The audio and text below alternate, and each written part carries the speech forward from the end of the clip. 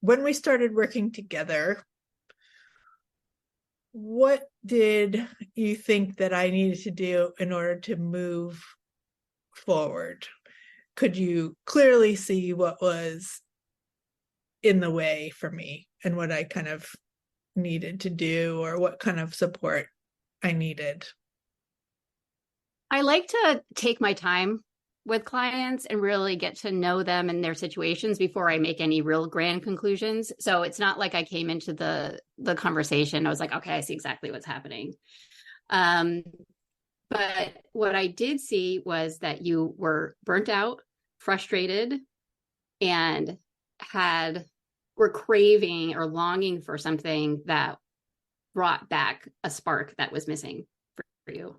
And that's not uncommon. So I've seen that quite a bit. And one of my favorite parts of my job is seeing the brilliance in my clients. So the beginning part of the relationship is always really fun for me because I get to really mine for all of the skills and interests and values of the person that I'm working with, and work with them to remember what those are. It's such an important part of the work, and it's a fun part of the work. And oftentimes people have lost touch with what they're really good at, and it's a fun process to help them remember what it is they are here to do. Yeah, because we don't often really have opportunity to have those conversations with other people. It's usually this internal dialogue that can, be maybe limited. And that's, part of the great value of working with a coach. Absolutely. And it's when we're really good at things, that's the stuff that we can't see ourselves oftentimes. And if we're burnt out and frustrated and not feeling valued at work, then we really aren't seeing it because it doesn't feel like anybody is seeing us in those times. Right. And one of the things that you did mention to me early on, and we worked together for a series of 12 or 15 weeks in the fall of 2021. And then we've been doing some periodic meetings since then. You reflected back to me that you observed that I was really in need of was a thought partner. And, we were trying to solve for a couple of different things. One was thinking about career goals and transition, and another one was sort of exploring some entrepreneurial ideas. I guess one question out of that is, do you observe sort of a moment in time in someone's career where they reach a crossroads, and it might not be in terms of chronological age, but is there sort of like a pivotal time when people realize that they need additional guidance, advice, support, and resources in order to make change happen?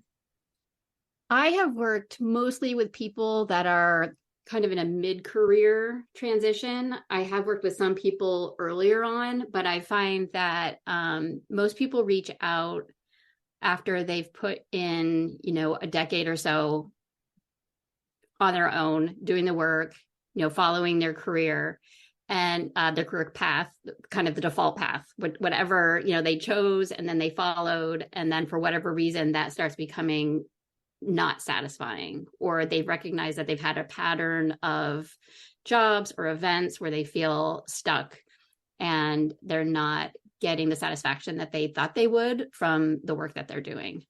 And so that becomes painful to a point where they feel that it would be helpful to bring in some support because what they've been doing on their own hasn't worked. So I think that's why it's also kind of a mid-career transition, because we try to figure it out on our own.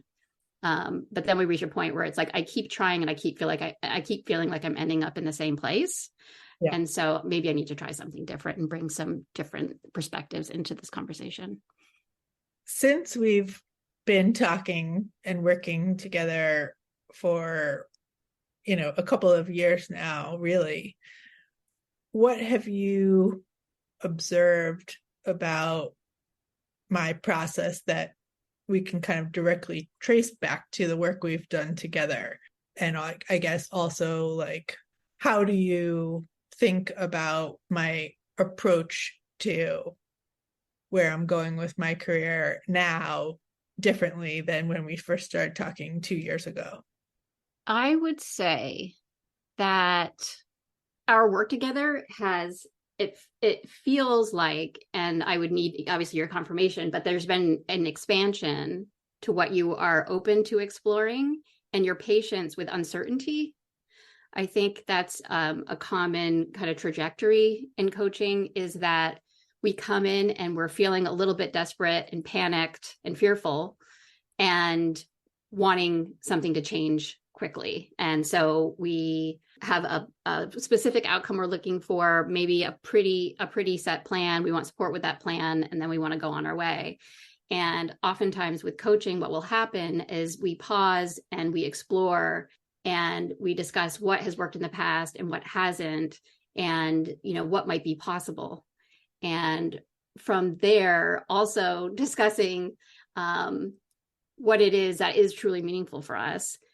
And there's an opening that happens in there, and the possibilities start opening up. There becomes more of a range of what the next stage could look like.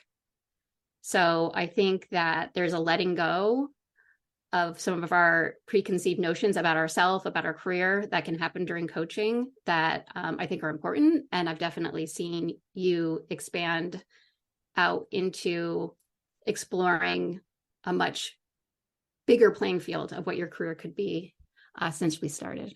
Yes, I agree. And I'll also just sort of make a note that I was referred to you by someone I trust implicitly and who had worked with you in a few different volunteer capacities and knew you really well. And that, meant a lot. And also that we began working together, I would say, ahead of a timeline when I knew I was going to be making some transition happen. But, very much, as you said, was like ready to figure it out. Kris, let me ask you, had you sought out a coach in the past in your career? If you had, is this part of what has motivated you to become a coach for other people? Yes. Yes. And yes.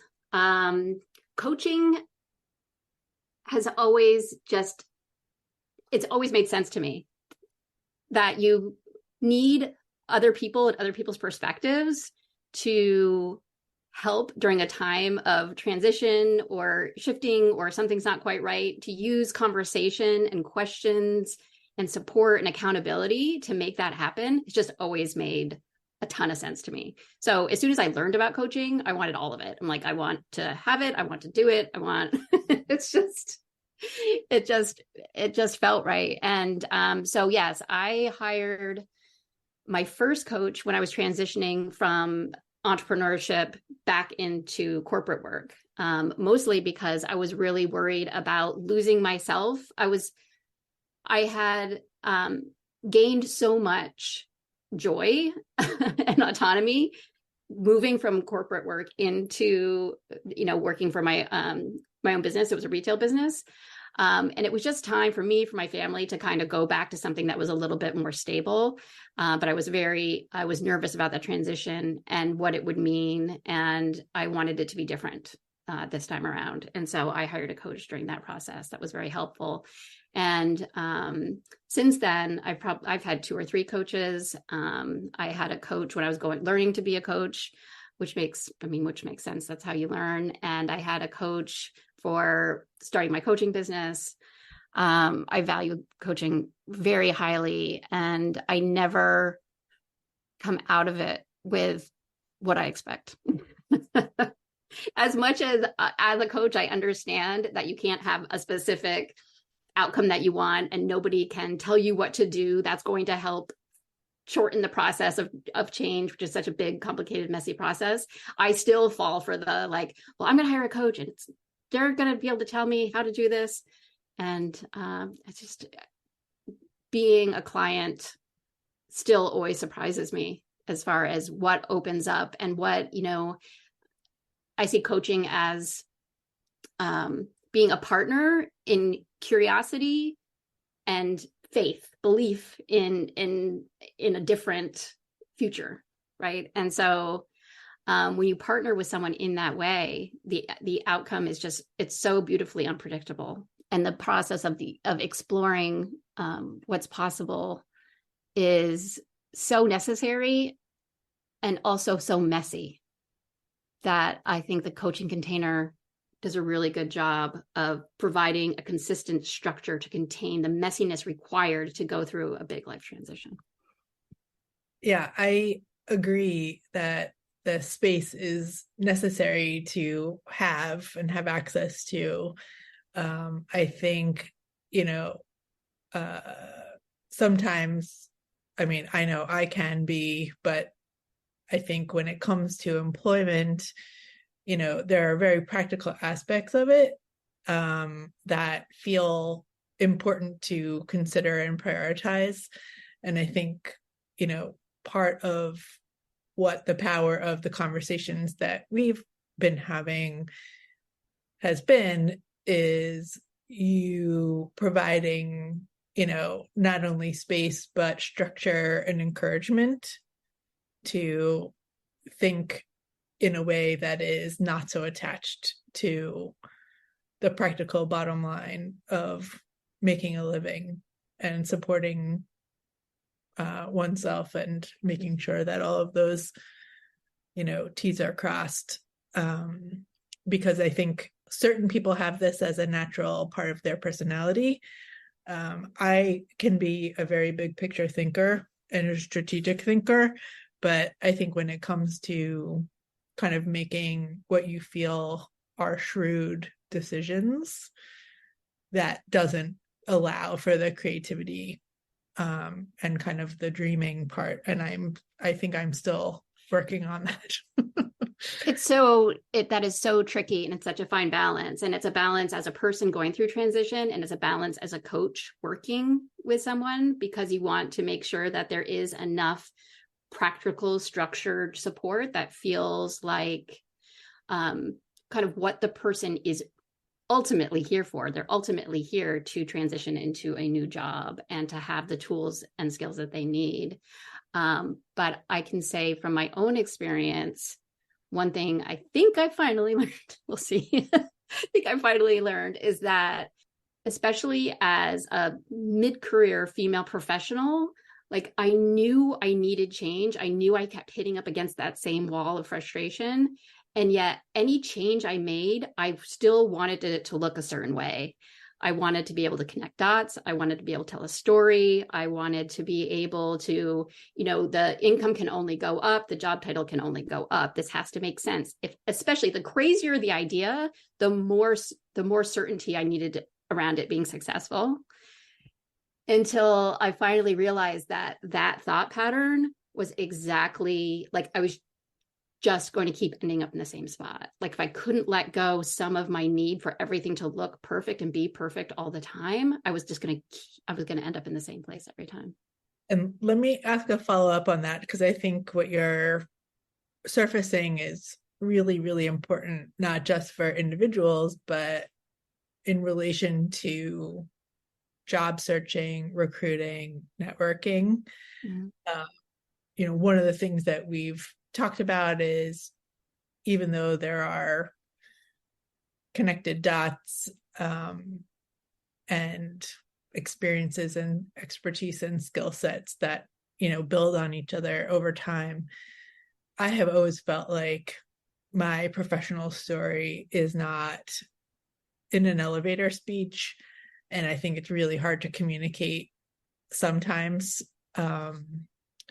And it's hard even for someone who has a lot of experience with communicating and developing content and presenting information and synthesizing information to kind of present this picture of like what I am or what a person is and how does this make sense for any number of different opportunities that one may pursue. And I think when you are also, as you mentioned earlier, open to a few different possible trajectories based on your experience and what you bring to the table, this whole process is exponentially more interesting and harder. So figuring out how to home in is what coaching can help do. As much as it's like opening up, it's also realizing how to cherry pick what's really important and then being able to target and focus. If you are seeking coaching because of a search, that I think has been really, really helpful. And one other thing I will say that's been helpful in our recent interactions is, on this note of figuring out kind of what's next, you have counseled me that talking to people who are working in sectors or in roles that have overlap with what I do and what I want to do is not only kind of, a helpful idea because it's networking, but because it's also a way for me to kind of share my expertise in a different way, in a practical way, in a way that kind of illuminates problems with opportunities and really demonstrates like how I work and how I think. And that seems to sort of been a pivotal thing, given the fact that this current job market between, what's happening across sectors, what's happening in different types of companies in terms of people hiring and laying off and hiring and laying off. And also we've been working in an AI recruiting environment for many, many years, not just this past year.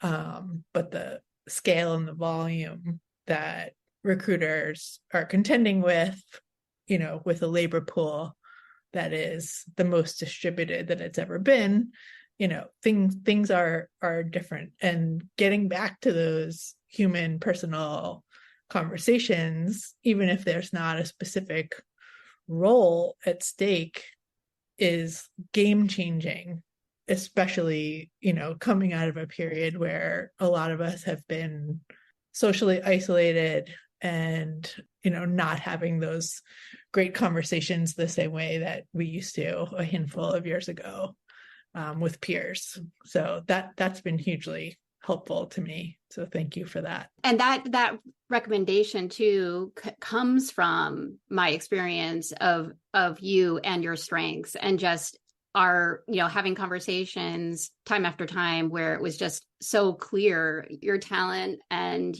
I don't know, the skills that come through when you're having a conversation, right? So just to be able to lean into that and have that human experience, to your point, that has been stripped out of the job application AI filter world that we're in now.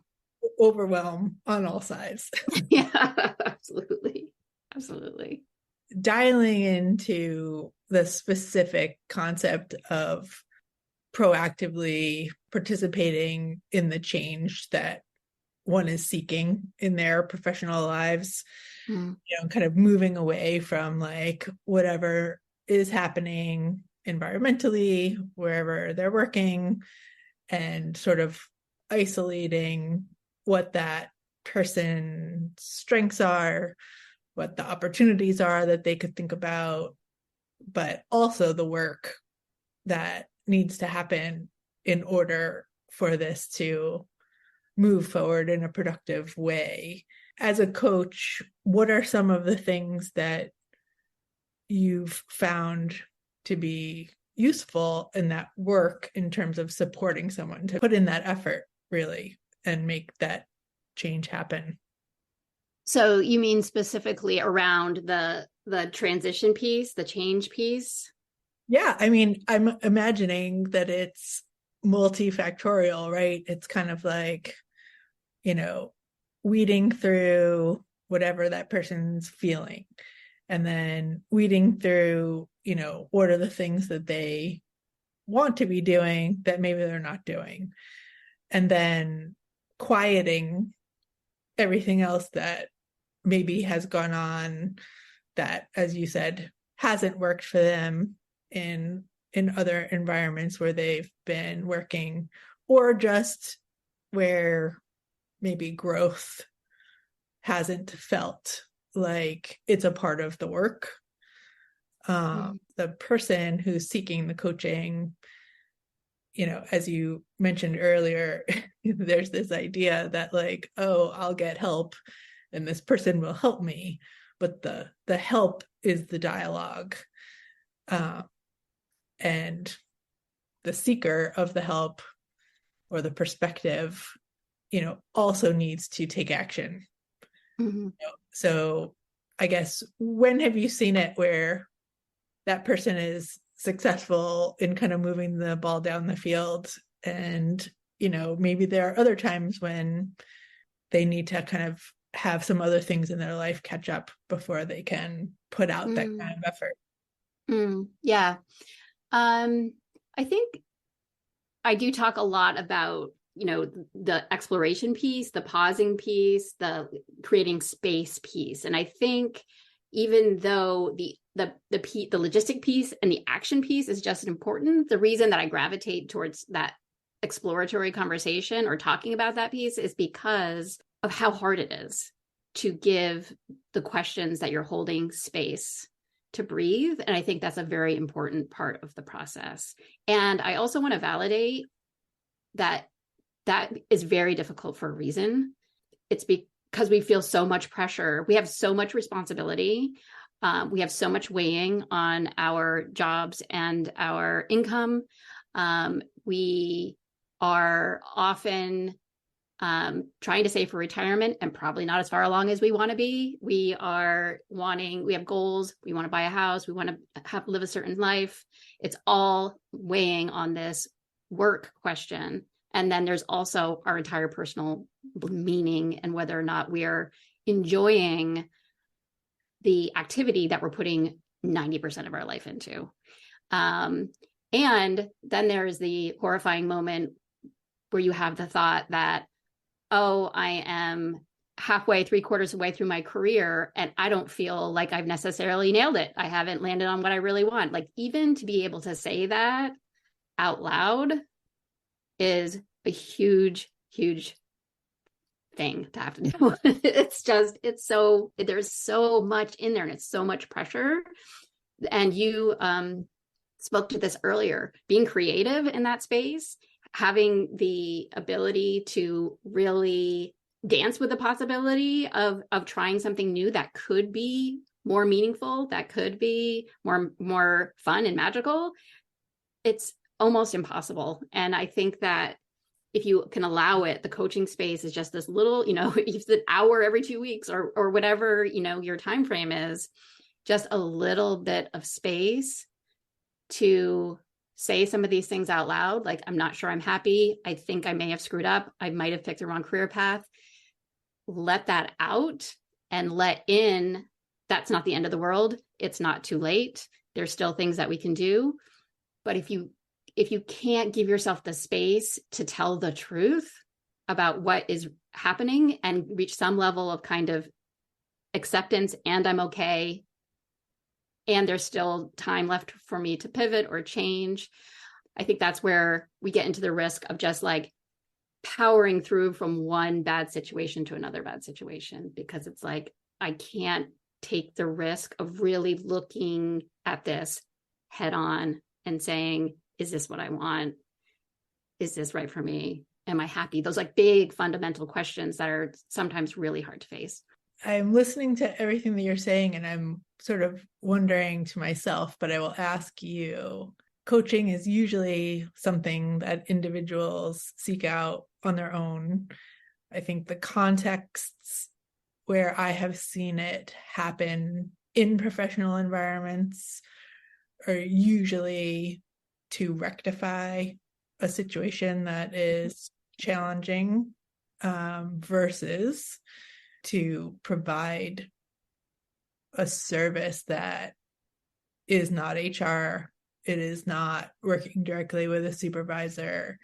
Ideal scenarios, and I have had some of these, where the person to whom I report is also a great coach and spends a lot of time on not only like formal professional development, but really checking in and making sure that employees are able to express what they need or where they want to contribute, that type of thing. Do you not think that all sorts of organizations could not only save time and money, but have more productive, happier workforces if coaches were a part of the equation? 100%.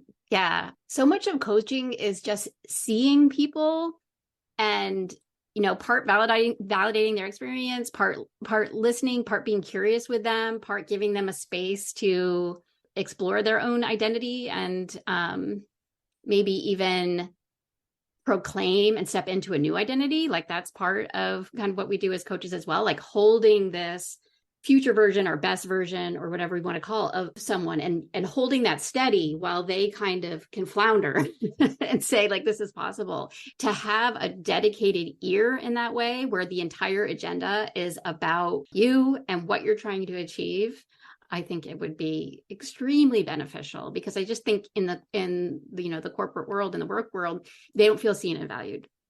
And they don't have advocates necessarily. I mean, depending on their manager.